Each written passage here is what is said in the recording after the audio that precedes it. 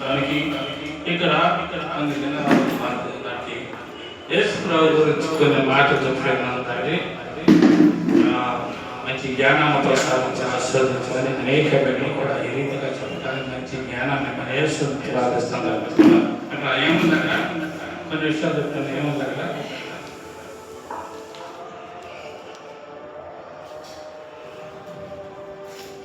ఉదయమైనప్పుడు ప్రధాన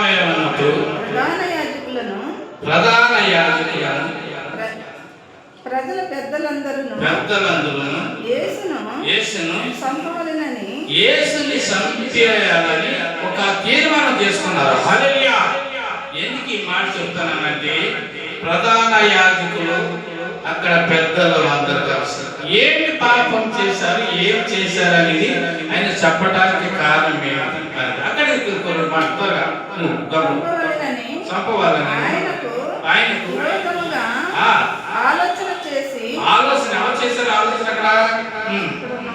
అక్కడ ఉన్న ఆయనను బంధించి తీసుకుని పోయి అధిపతి అయిన పొంతు పిలాతులను అప్పగించారు. ఎవరు అప్పగించారని? పొంతు పిలాతును అప్పగించారు. హల్లెలూయా. కొంతమంది అప్పగించారు, చేయలేకపోయారు. ఎవరు చెప్పారు? పొంతు పిలాతు అప్పగించారంట. ఎందుకు అప్పగించారంటే త్వరగా ఆయనను ఆయనకు శిక్ష విధించబడినగా చూసి పిలాతు ఎందుకంటే చెప్పండి ఎవరు పచ్చపాడు యోధ. ఎందుకంటే ఆయనతో ఉన్నవాడు, ఆయనతో కలిసిన వారు ఈ రోజుల్లో కూడా స్నేహితులు పక్కనే ఉంటారు, ఆలోచనగా ఉంటారు. కానీ పశ్చాత్తాపడ్డాడు ఎవరండి? యేసు ప్రభువుని అప్పగించాలని. ఎవరు అప్పగించారని అన్నమాట? చెప్పు గట్టిగా. యోధ గట్టిగా చెప్పండి. పశ్చాత్తాపడి వెండి నాణ్యములు పెద్దల యొద్దకు వచ్చి నేను ఇవ్వనంటే నేను నీతిమంతులు ఇప్పుడు అపరాధని అని చెప్తున్నాడు. అవును కదండి. ఎవరిని మంచి వారిని నేను అపరాధన అన్నాడు. యేసు ప్రభు 40 దినాలు కూడా ప్రార్థన చేయడానికి కారణం ఏంటంటే ఈ ప్రపంచంలో ఆయన ప్రార్థన చేయడానికి కారణం ఏంటంటే మన గురించి ప్రార్థన చేశాడు. హల్లెలూయా. అయితే ఎందుకు ఈ మాట చెప్తున్నాడంటే దేవుని యొక్క బిడ్డలుగా కలిగి ఉండటానికి ఆలోచన కలుగుతుంది. ఏమన్నాడంటే మాట నిరపరాధిని అని చెప్తున్నాడు. నిరపరాధిని ఎందుకంటే ముందేం చేశాడంటే యేసు ప్రభువును అప్పగించాలని ఒక ప్రయత్నం చేసుకున్నాడు. తర్వాత ఏం జరిగిందన్నా నేను అపరాధి నేను పాపం చేసి ఒక నీతిమంతుని గురించి నేను అప్పగించితే పాపం చేశానని చెప్తున్నాడు. అలాగే ఈ రోజుల్లో మనం దేవుని ఆలోచన కలిగి ఉండడానికి దేవుని యొక్క బిడ్డలాగా అంటే దేవుని యొక్క కృప. హల్లెలూయా. ఆయన ఆలోచన, ఆయన ప్రధానం, ఆయన ఆలోచన కలిగి ఉంటారు.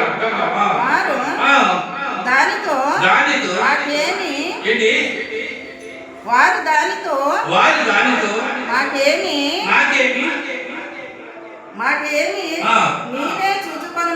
మీరే చూసుకోండి ఎవరు చెప్పాలి?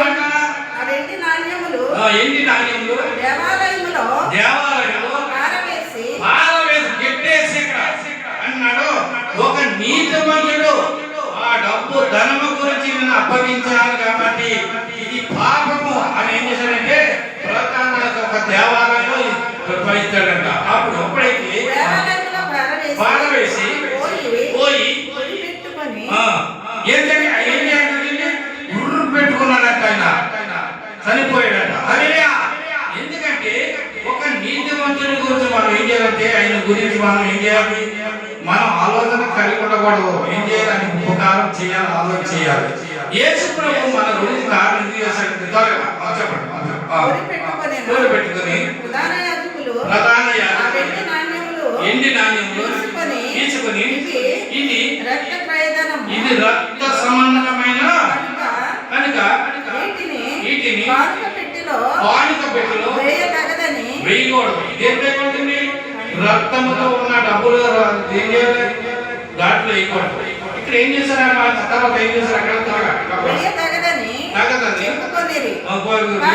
కాబట్టి వారు ఆలోచన చేసి వాటినిచ్చి పరదేశులను పాతి పెట్టుటకు కుమ్మరి వారిని పొలము కొని అందువలన నేటి వరకు ఆ పొలము రక్తపు పొలం అనబడుచున్నది. రక్తము అని చెబుతున్నాడు. అవునా కదా? ఎందుకంటే నీతిమంతుడు ఒక అప్పగించగల వాళ్ళు ఏం చేశాడు? అప్పుడు నిలువ కట్టబడిన వాని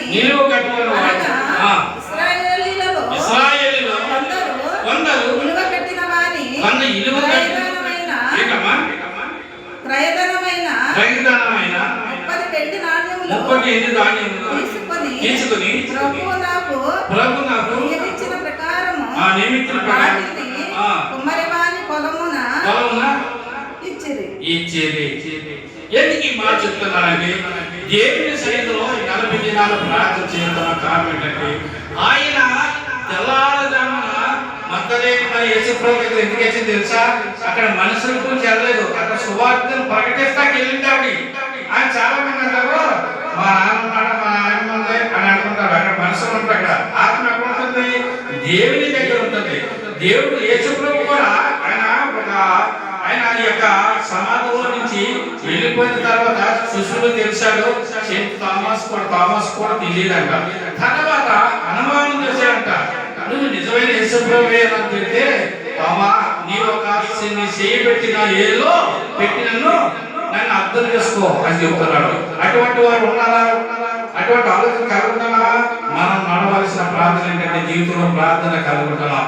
ఈరోజు ఎంత బతుకుతున్నాం? ఏ ప్రాంతానికి వెళ్తున్నాం? ఏ ఆలోచన కలుగుతున్నాం? ఈ 40 దినాలు జీవితంతో కావాలని ప్రార్థన చేస్తున్నాం. 40 దినాలు ప్రార్థన చేసి సమాజం జరిగిన ప్రయోజనం లేదు. కానీ ఆ సమాజం జరిగితే ఈ రూపం కూడా మీరు ఎందుకు వెళ్తున్నారు అంటే యేసుప్రభు ఇక్కడ లేడు కాబట్టి సువార్తను ఆయన నిజమైన యేసుక్రీస్తుని ఆయన తండ్రి దగ్గరికి వెళ్ళడానికి లేడు. కానీ మేము ఇక్కడ వచ్చి సువార్తను ప్రవర్తిస్తున్నామని మనం చెప్తున్నాం. అక్కడ ఈరోజు మా అమ్మగారు ఉన్నారు, అక్కడ చనిపోయారు. ఎక్కడ ఉంటారు? అక్కడ ఉండరు. అక్కడ శరీరంలో ఉంటుంది తప్ప కానీ ఆత్మ ఎక్కడ ఉంటుందండి? దేవుని వైపు తెలియ ఉంటుంది. ప్రవక్త అయినా చెప్పబడిన మాట యేసు నిలిచి అప్పుడు అధిపతి యూదుల రాజులు యూదులకు రాజులువేనా అన్నాడు. ఆయన ఏమన్నాడు తెలుసా? మనకి మీద నేను గొప్పవాడిని గీతవాడిని అనలేదు. ఏమన్నాడు మాట చెప్పండి. అడగగా యేసు చూసి ఏమన్నాడంటే నేను గొప్పవాడిని చెప్పలేదు, నీవన్నట్టు యూదులకు రాజులు నేనే అని చెప్తున్నాడు అక్కడ. హల్లెలూయా. అటువంటి వాడు మనం చెప్పగలుగుతున్నావా? ఏదో 4 మాటలు చెప్పేస్తే ఇది చేస్తాం, నాకు అన్ని తెలుసు ఎన్ని తెలుసు అంటాం. మనకు తెలియవలసింది ఏంటంటే యేసు వైపు ప్రార్థన చేసి కలిగి ఉండటానికి మన కష్టాలు ఇది చేస్తేనే దేవుని వైపు ప్రార్థన చేయాలి. ఆయన అప్పుడు మన ఆత్మతో సమానమైన దేవునితో కలిగి ఉంటున్నాం. అటువంటి ఆలోచన చెప్పడం పెద్దలను ఆయన మీద నేరం మోపినప్పుడు ఆయన ప్రత్యుత్తరం ఏమీయో ఇయ్యలేదు. కాబట్టి నీ మీద మీరెన్ని నేరములు మోపుచున్నారో వినలేదా అని ఆయనను అడిగి అయితే ఆయన ఒక మాటకైనను అతనికి ఉత్తరం ఇయ్యలేదు. ఏమన్నానంటే ఒక్క మాట కూడా ఉత్తరం ఇవ్వలేదు. ఎందుకంటే మీరు అన్నట్టు తర్వాత చెప్పండి. అధిపతి ఆశ్చర్యపడి జనులు కోరుకునిన ఒక ఖైదీని పండుగలో విడుదల చేయుట అధిపతికి వాడుక. ఆ కాలమందు ఒక సైనికులను చెప్పు. ఆ కాలమందు గర్భాను ప్రసిద్ధుడైన ఒక ఖైదీ చెరసాలలో ఉండెను. ఎవరిని సాతాను ఎక్కడ పెట్టారు కాక? ఎవరిని పెట్టారు? సమాధులు అక్కడ ఎవరు పెట్టారు? ఖైదీని ఎక్కడ పెట్టారు? ఎక్కడ పెట్టారు? ఆ కాలమందు గర్భం అనే బర్బాను ఒక ప్రసిద్ధుడైన ఒక ఖైదీ చెరసాలలో ఉండెను. కాబట్టి జనులు కూడి వచ్చినప్పుడు పిలాతు నేను ఎవరిని విడుదల చేయవలెనని ఎందుకు చేస్తున్నామని చెప్తున్నాను. చేసి మీరు కోరుచున్నారు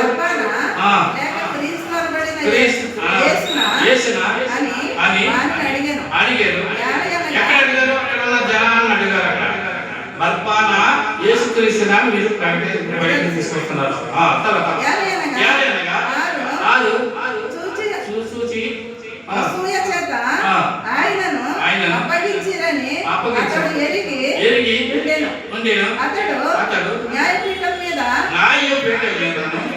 కూర్చుండి ఉన్నప్పుడు అతని భార్య నీవు ఆ నీతిమంతుని అక్కడ ప్రధాన యాజకుడు ఉన్నది అక్కడ ఆయన ఎవరండి? ఒక అధికారి అంటాడు. భార్య అంటది, ఈ నీతిమంతుడి